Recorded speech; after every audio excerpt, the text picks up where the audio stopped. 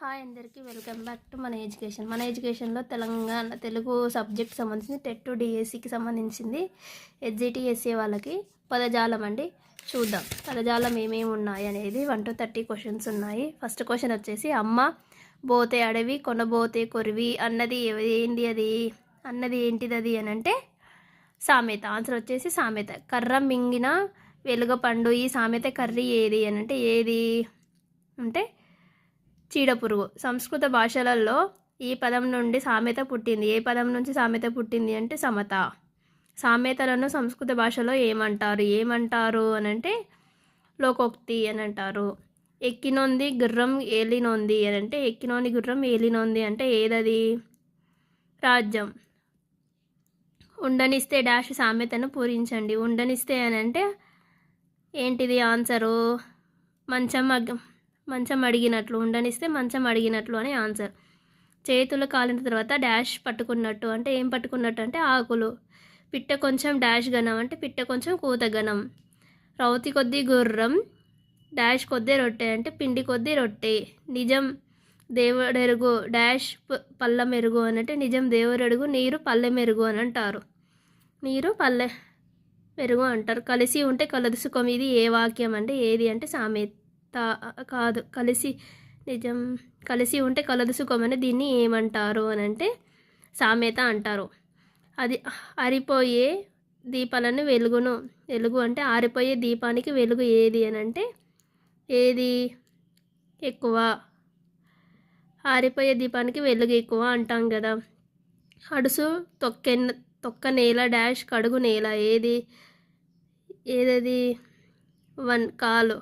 గాలికి డాష్ కొట్టుకుపోయినంతగా అనే తెలంగాణ సామెత పురాణం. డాష్కి అని అంటే ఏమొస్తుంది ఆ డాష్లో గడ్డపారాలు. గాలికి గడ్డపారాలు కొట్టుకుపోయినంత అని అంటారు. అంగట్లో అన్నీ ఉన్న డాష్ నోట్లో శని ఉందంటే అల్లుడి నోట్లో శని ఉంది.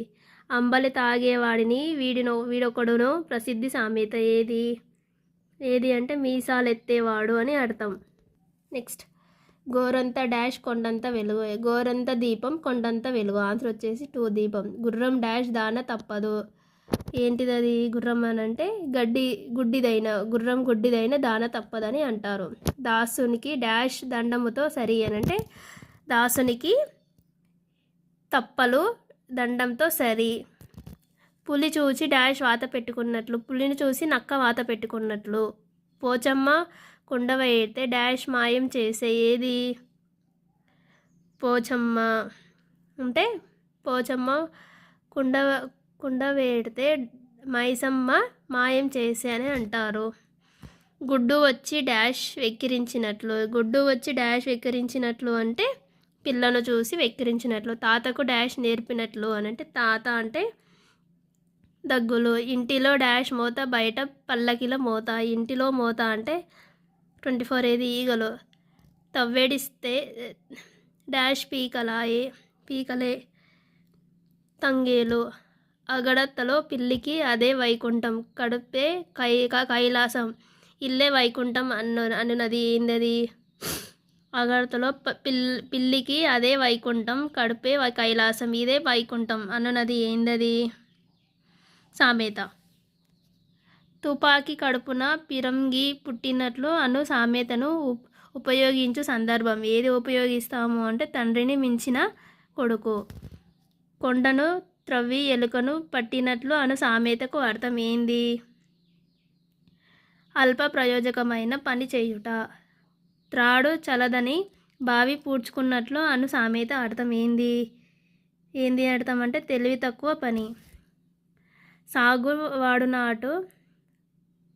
సగువాటునాడు సాగకపోతే సాలంతా ఆగిపోయిందని అని సామెత అనునది అనుభవానికి మూలం ఏది అని అంటే వ్యవసాయం.